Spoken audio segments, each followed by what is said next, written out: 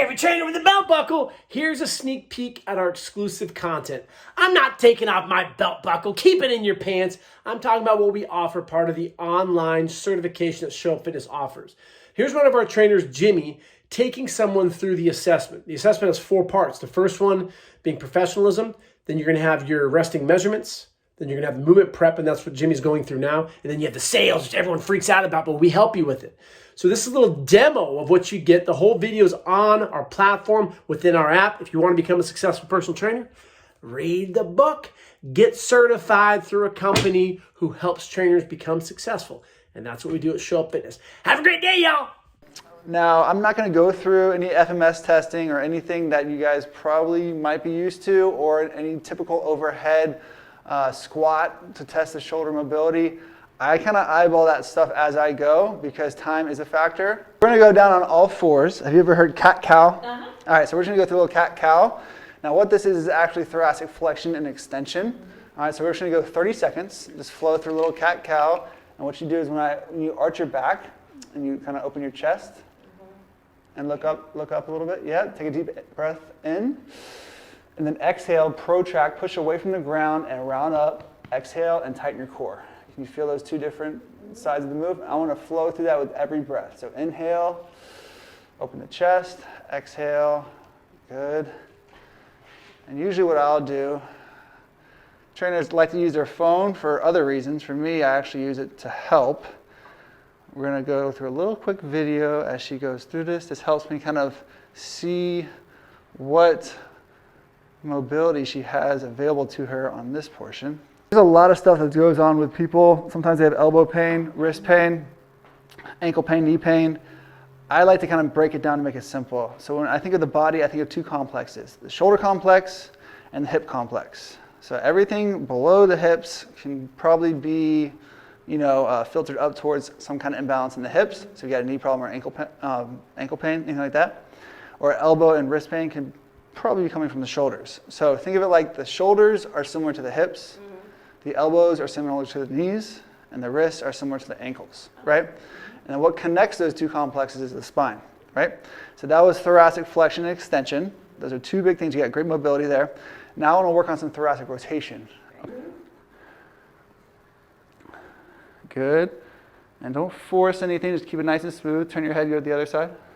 Yep. Create a little dynamic flow. Good, there's 1. Go to the right? Yep. So we'll get 5 on each.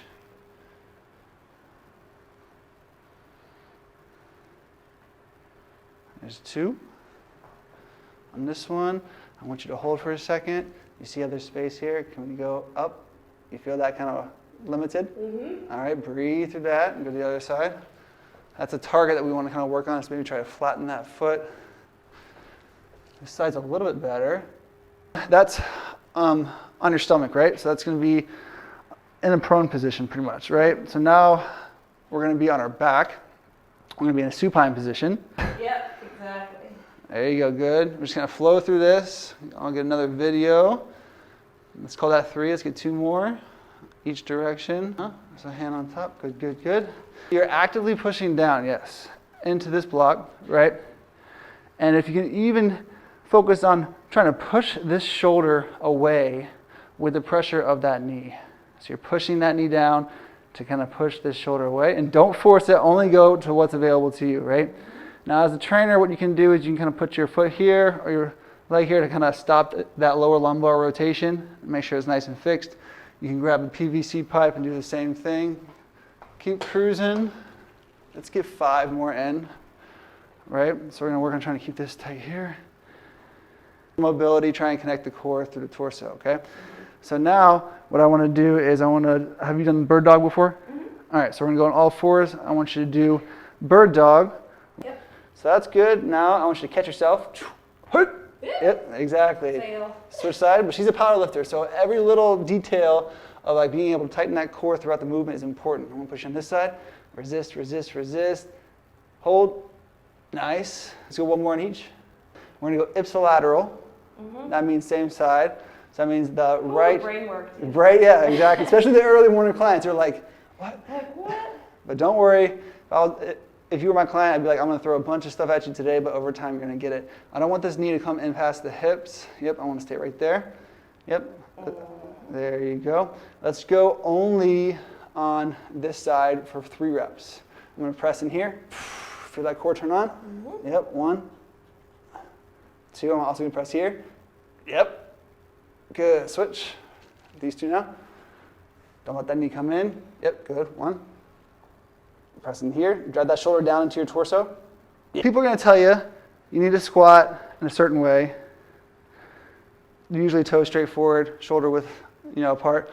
That's not really the case. I'm going to squat differently than you're going to squat because we're different sizes, right? And so another trainer is going to squat differently than another trainer, and so on and so forth. So what I want you to do is get into a comfortable stance. So what I want to do now is I want you to do an isometric hold. We're going to go for 10 seconds. Okay? So come down and hold the bottom position wherever you feel comfortable. I'm going to look at her lower back, making sure that we're not doing what we call a butt wink, which is when that lumbar kind of curls under. Press on her knees. That's it. You feel that core having to engage a little bit too. I'm going to push on her here.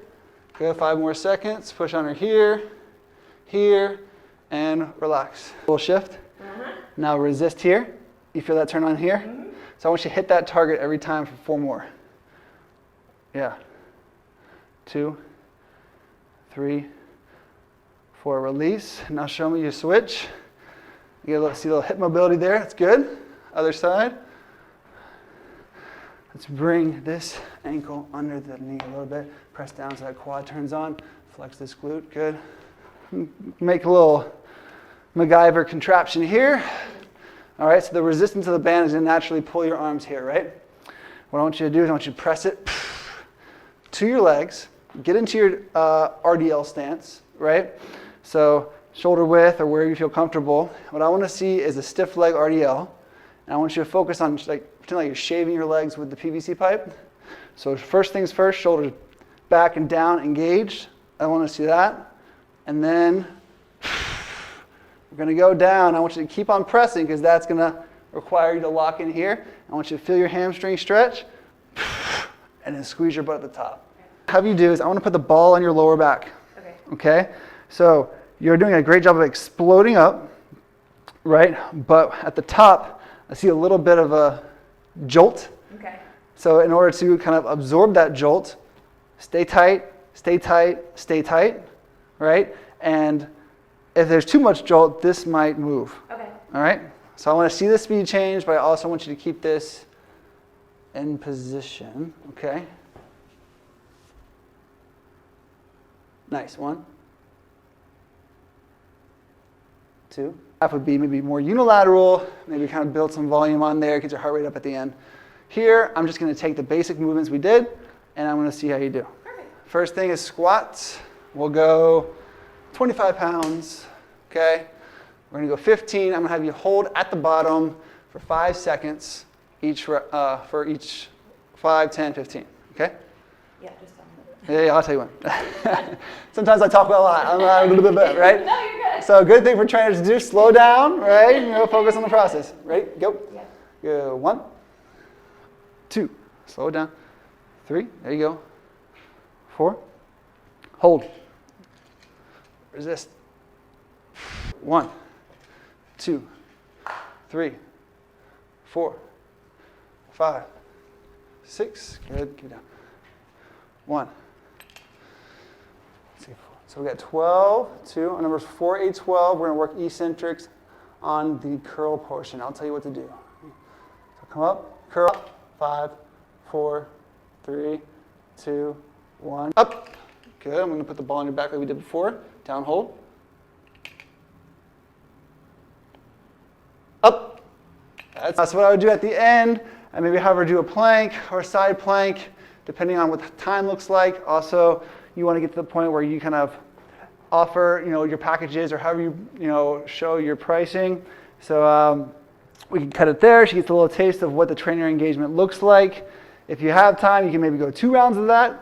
Add some intensity, or kind of play around with it, and then that's about it. All right. So as you noticed, when we were going through the assessment, I use a stopwatch. You don't have to use a stopwatch. I was a swim coach for 10 plus years, and I've got stopwatch fever, right? So what you can do is, you can count on your hand, kind of time it out. You can not count at all and just kind of shut up if the client thinks that you're being annoying. Like, did any of the counting, was it too much? No, I No? actually like it because I don't want to lose count. Yeah. Focused on the exercise. Sometimes on actually counting those higher muscle endurance reps, the client will see me kind of count on my hands, or we have clickers to kind of make sure that we're on the same rep. If they do feel like it's inappropriate, that's great, because that means that you have to figure out a different way to be able to apply value that might push you out of your comfort zone. So always having a couple of ideas on how to add maybe some time under tension, for example, when she was holding at the bottom, or doing the eccentric slow stuff with the curls, or applying pressure areas. If they don't want to be touched, then maybe you're not applying pressure in any areas, and maybe you're cueing them a little bit more, press a little bit more out with the knee, or make sure that we are keeping that chest open and the shoulders down. So it's all kind of an organic flow that can build the relationship with the client, because you have to have full transparency and get their ideas on what they like, they don't like, and then you're the chameleon, you're the trainer that's able to do it all and switch up your style depending on what they want.